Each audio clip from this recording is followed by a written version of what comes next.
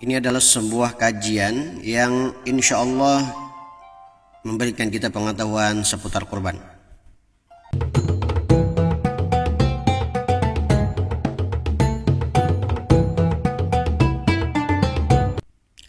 Bismillahirrahmanirrahim. Assalamualaikum warahmatullahi wabarakatuh. Alhamdulillah ala fitratil Islam wa kalimatil ikhlas ala dini nabiyina Muhammad sallallahu alaihi wasallam wa ala millati abina Ibrahim hanifa. Allahumma salli wa sallim wa majjid wa karim ala sayyidina Muhammad wa ala alihi wa sahbihi ajma'in. Amma ba'd. Rabbi shrah li sadri wa yassir li amri wa hlul 'uqdatam min lisani yafqahu qawli. Ilahi rabbi anta maqsudi wa ridhaka madhubi a'tini muhabbatak wa ma'rifatak subhanaka la ilma lana illa ma 'allamtana innaka antal alimul hakim. Berbicara tentang kurban, ini ada beberapa pertanyaan yang masuk. Apa hukumnya kurban? Nah, hukum kurban ini banyak sekali pendapat karena memang masing-masing pendapat memegang dalil. Yang pertama, satu pendapat yang memegang dalil wajib, yaitu man wajada sa'atan falam yudhahi fala yaqrabanna musallana. Barang siapa yang mendapatkan kelapangan harta ataupun punya duit, wah, mobil dia punya, rumah dia punya, sawah dia hektaran, ya, kemudian dia tidak berkurban, maka jangan dekat-dekat tempat sholat kami, kata Nabi Muhammad SAW. Nah, dari sini Abu Hanifah menyatakan bahwa kurban itu hukumnya wajib, ya. Jadi kurban menurut Abu Hanifah hukumnya wajib. Sebagaimana di dalam sebuah keterangan kitab Al-Mawsu'ah Al-Fiqhiyah Al-Kuwaitiyah, ada sebuah pendapat wa hadza kal wa'id ala tarkit tadhiyah wal wa'id innama yakunu ala tarkil wajib. Jadi hadis ini bentuk ancaman kalau andai seseorang meninggalkan kurban, dan ancaman itu berlaku karena meninggalkan sesuatu yang wajib. Jadi intinya dari hadis tersebut karena adanya ancaman maka dinyatakan kurban itu hukumnya wajib menurut pendapat Abu Hanifah. Ada juga keterangan dari pada kitab Al-Mawsu'ah Al-Fiqhiyah Al-Kuwaitiyah. Kemudian menurut pendapat ulama Maliki ataupun Syafi'i dan juga Hambali dan beberapa pendapat ulama-ulama yang lain menyatakan kalau kurban itu hukumnya sunnah muakkad. Jadi kita harus tahu sunnah muakkad itu kedudukannya sunnah yang mendekati wajib. Jadi ada wajib, di bawahnya sunnah muakkad, di bawahnya sunnah. Seperti itu, ya. Mengambil dari dalil sebuah hadis, sami'tu Rasulullah sallallahu alaihi wasallam yaqul thalathuhunna alayya faraid wa hunna tatawwu' wa hunna lakum tatawwu', kata Nabi. Al-witru wan nahru wa salatud duha. Jadi ada 3 perkara, kata Nabi Muhammad sallallahu alaihi wasallam di dalam hadis tersebut, bagi saya 3 perkara ini bagi saya wajib, kata Nabi, dan bagi kalian adalah tatawwu' ataupun sunnah. Apa itu? Salat witir, berkurban, dan salat duha. Nah, jadi dari hadis tersebut menyimpulkan pendapat ulama menyatakan kurban itu hukumnya sunnah muakkad, ya, seperti itu, ya. Banyak pendapat-pendapat, ya, seperti pendapat yang idza ra'aitum hilal dzil hijjah wa arada ahadukum ayyudhi falyumsik an sya'rihi wa dhufari. Jadi ada beberapa seperti sunnahnya kurban juga. Salah satunya itu kata Nabi Muhammad SAW, jika masuk bulan Dzulhijjah maka hendaklah seseorang yang mau menyembelih kurban itu jangan memotong sedikit pun rambut dan kukunya. Nah, ini ada 2 pendapat. Kalau itu dinyatakan tidak boleh memotong kuku, rambut orang yang berkurbannya ataupun memotong kuku ataupun bulu hewan kurbannya. Adapun waktu penyembelihan kurban itu sudah ditentukan biasanya pada setelah sholat Idul Adha, jadi pada tanggal 10 Yaumud Duha atau Yaumun Nahr. Jadi pada tanggal 10, kemudian kalaupun tidak, ya, misalnya bisa 3 hari setelahnya atau ayyam tasyrik seperti hari ke-11, 12 ataupun 13 Dzulhijjah. Ada beberapa dalil yaitu tentang penetapan waktu, ya, untuk penyembelihan hewan kurban. An Anas bin Malik radhiyallahu anhu qala Nabi sallallahu alaihi wasallam man dzabaha qabla as-salati fa inna ma dzabaha li nafsihi wa man dzabaha ba'da salati faqad tamma nusukuhu wa asaba sunnatal muslimin.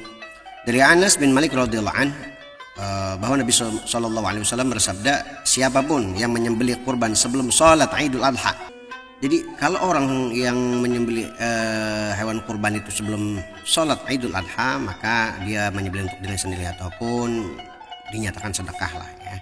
Barang siapa yang menyembelih salat Idul Adha, maka ia telah menyempurnakan manasiknya dan dia telah melakukan sunnahnya kaum muslimin. Jadi hadis riwayat Bukhari, hadis 5546.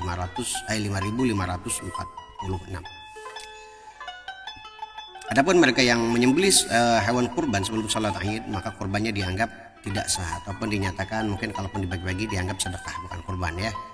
Kemudian an Jundab annahu syahidan Nabi sallallahu alaihi wasallam yauman nahr shalla thumma khataba faqala man dhabaha qabla an yusalli falyadhbah makanaha ukhra wa man lam yadhbah falyadhbah bismillah. Jadi Jundab ia menyaksikan Nabi Muhammad sallallahu alaihi wasallam, beliau berkhutbah kemudian beliau menyatakan siapapun yang menyembelih hewan kurban sebelum salat Id atau Idul Adha, hendaklah ia mengulanginya ya. Pengertian dan yang belum menyembelih hendaklah dia menyembelih dengan mengucapkan bismillahirrahmanirrahim. Jadi afdalnya yang memang dinyatakan orang itu berkurban ketika penyembelihan daging kurban itu dilaksanakan setelah sholat Idul Adha seperti itu. Maka ketika sebelum sholat Idul Adha itu biasa disunahkan tidak makan dulu. Sunahkan pertama adalah makan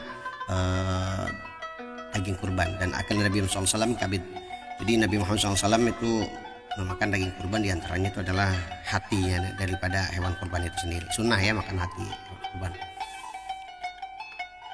Kemudian ketentuan keempat dalam berkurban itu cara memperlakukan hewan kurban dengan baik. Rasulullah SAW ini dikenal sebagai sosok yang penyayang termasuk dengan binatang, pada siapapun beliau penyayang. Maka ada ketentuan dalam menyembelih kurban. Ini kadang-kadang nih teledor ini ya, tidak menghiraukan perasaan dombanya ataupun sapinya yang hendak dikurban nih. Yang khusus nih tukang jagal, dengerin ya. Bismillah, ini dari Shaddad bin Aus radhiyallahu anhu, Rasulullah SAW pernah menyatakan, innallaha katabal ihsan ala kulli syai'in. Idza qataltum fahsinul qitlata wa idza dhabhtum fahsinudz dhabhata wal yuhidd ahadukum syafratahu wal yurih dhabihatahu. Jadi Allah SWT memerintahkan kita untuk berbuat baik. Apabila kita membunuh ataupun menyembelih hewan kurban, maka ya bunuhlah hewan kurban itu dengan cara yang baik gitu kan. Ataupun kita menyembelih, maka sembelihlah hewan kurban atau kambing ataupun unta ataupun sapi itu dengan baik. Maka sembelihlah dengan cara yang baik. Jadi hendaklah kata Rasul menajamkan pisau. Jadi pisaunya tajamin dulu ya. Dan senangkanlah hewan kurban yang hendak disembelih. Ini hadis riwayat Muslim nomor 1955. Ya, silakan dicek.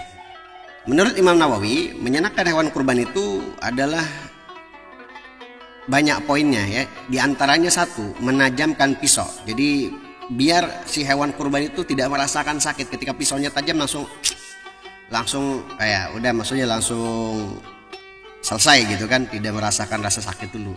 Apalagi jangan sampai kita menyembelih hewan kurban dengan pisau yang sangat tumpul, apalagi karatan ya. Ini banyak sekali nih.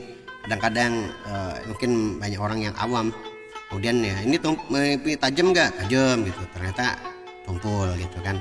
Nah, kasihan ya hewannya ya. Jadi maka kita harus memperlakukan hewan kurban dengan baik. Kemudian dianjurkan juga mengasah pisau itu tidak menurut Imam Nawawi tidak kepada hewan yang hendak disembelih. Nah, kasihan juga dia mau sembelih, pisaunya diasahnya diperlihatkan pula kepada hewan yang mau kambing yang mau disembelihnya misal. Kasihan, kambing juga punya perasaan, sapi juga punya perasaan, hewan juga punya perasaan. Jadi kalau kita mau mengasah pisaunya jangan di depan hewan yang hendak dikurban. Ataupun mau menyembelih akikah ataupun menyembelih ayam pun sama ya. Itu ada ketentuan dalam penyembelihan hewan. Kemudian tidak boleh menyembelih hewan di mana penyembelihan tersebut ditonton dengan hewan yang lain. Misal hewan tersebut ada 10 yang mau disembelih, misal kami ada 10. tiba-tiba kambing pertama dipotong. Nah, kita motong kambing pertama itu, yang 9 kambing itu tidak boleh lihat. Ya, karena pada pasti udah kasihan ya. Jadi ya, kita harus mementingkan perasaan kambing ya, ataupun hewan-hewan yang lain. Jadi itu ada ketentuannya untuk menyembelih hewan kurban.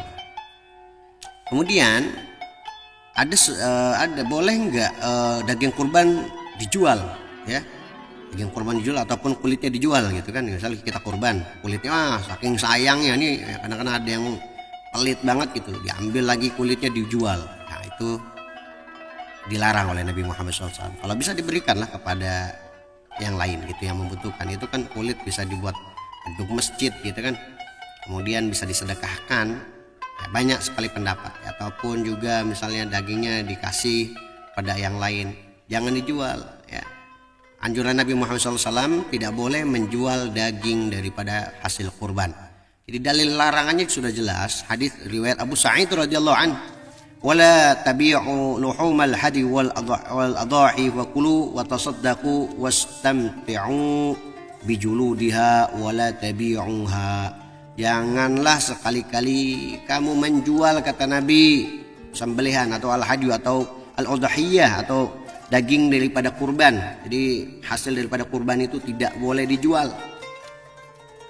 Baiknya, kata Nabi, dianjurkan fakulu, dimakan, atau sedekah, disedekahkan, ataupun gunakan kulitnya untuk seperti buat bedug boleh, atau buat kikil juga bisa itu kan ya. Tapi jangan kamu menjual, wala tabi'u, janganlah kamu menjualnya, kata Nabi Muhammad SAW ya. Tapi memang ada yang menyatakan nah ini hadis dhaif ya. Tapi ada pula hadis dari Abu Hurairah. Nah, kalau udah Abu Hurairah ini ada lagi ya kedudukannya. Man ba'a jil'an adhiyatahu fala adhiyatalah. Barang siapa yang menjual kulit hasil sembelihan kurban, maka tidak ada kurban baginya.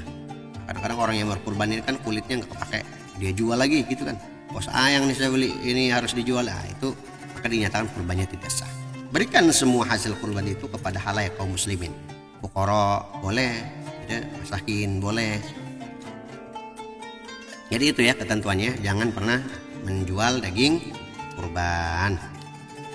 Lalu bagaimana upah buat tukang jagal nih? Kadang-kadang upah tukang jagal nih, kadang-kadang orang patungan kurban buat masjid, yang ngupahin tukang jagal masjidnya. Nah, jangan ya, itu sudah jadi tanggung jawab orang yang berkurban, karena ibadah nafsiyah ya, ibadah nafsiyah, jadi udah tanggung jawab. Jadi nih hewan kurbannya, ini buat penyembelihnya, ini buat yang motong-motongnya kasih upah gitu. Nah, itu tanggung jawab orang yang berkurban, bukan tukang jagalnya ya. Jadi memberikan upah tukang jagal itu juga ada keterangan dalilnya dari Sayyidina Ali bin Abi Thalib, menyatakan amarani Rasulullah sallallahu alaihi wasallam an aquma ala budnihi wa an atasaddaqa bilahmiha wa juludiha wa jillatiha wa an alla u'tiyal jazzar minha qala nahnu nu'tihi min 'indina. Ya Rasulullah sallallahu alaihi wasallam memerintahkanku, kata Sayyidina Ali bin Abi Thalib, untuk mengurus unta-unta kurban. Kemudian aku menyedekahkan dagingnya, kulitnya semua disedekahkan ya kan. Jadi ini aku tidak memberi satupun sembelihan kurban tersebut kepada tukang jagal. Kemudian tukang jagal tersebut ya saya berikan itu, kami memberi upah kepada tukang jagal tersebut dengan uang kami sendiri. Jadi jangan libatkan uang masjid ya. Ini kadang-kadang nih nitip kurbannya tapi potong tukang jagalnya dari kita ya kan. Jadi ini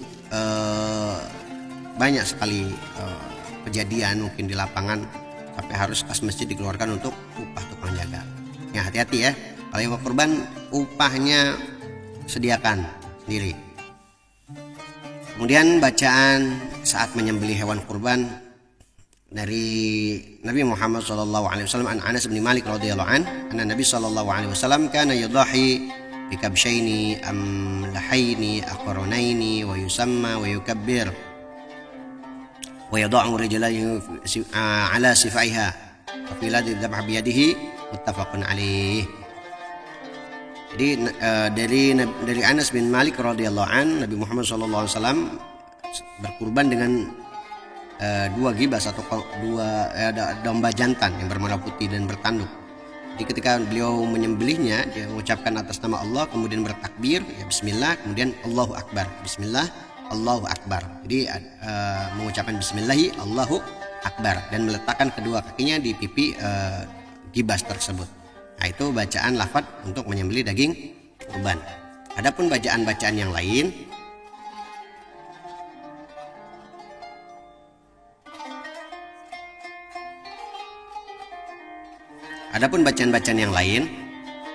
jadi ditentukan di dalam riwayat yang lain. Ini bacaannya, ya intinya bacaan wajibnya Bismillahi Allahu Akbar. Ada keterangan ketika Nabi Muhammad menyembelih hewan kurban, beliau membaca Bismillahi Allahumma taqabbal min Muhammadin wa ali Muhammadin wa min ummati Muhammadin. Allah, dengan nama Allah, ya Allah terimalah ini dari Muhammad, keluarga Muhammad, keluarga Nabi Muhammad, dan umatnya Nabi Muhammad. Pendapat yang kedua ada Bismillahi wallahu akbar an Muhammadin wa ummatihi wa man syahida laka bitauhid wa syahida li bil balagh. Jadi Nabi Muhammad SAW juga membaca kalimat dengan nama Allah, ini dari Muhammad dan umatnya Nabi Muhammad yang bertauhid kepadamu, dan saksi yang telah menyampaikan bahwa aku telah menyampaikan sebuah risalah. Ya, jadi ada beberapa juga keterangan yang lain itu, bahwa keterangan dhaif juga banyak juga tentang ini. Yang paling penting adalah minimal Bismillahi Allahu Akbar. Kemudian boleh mengucapkan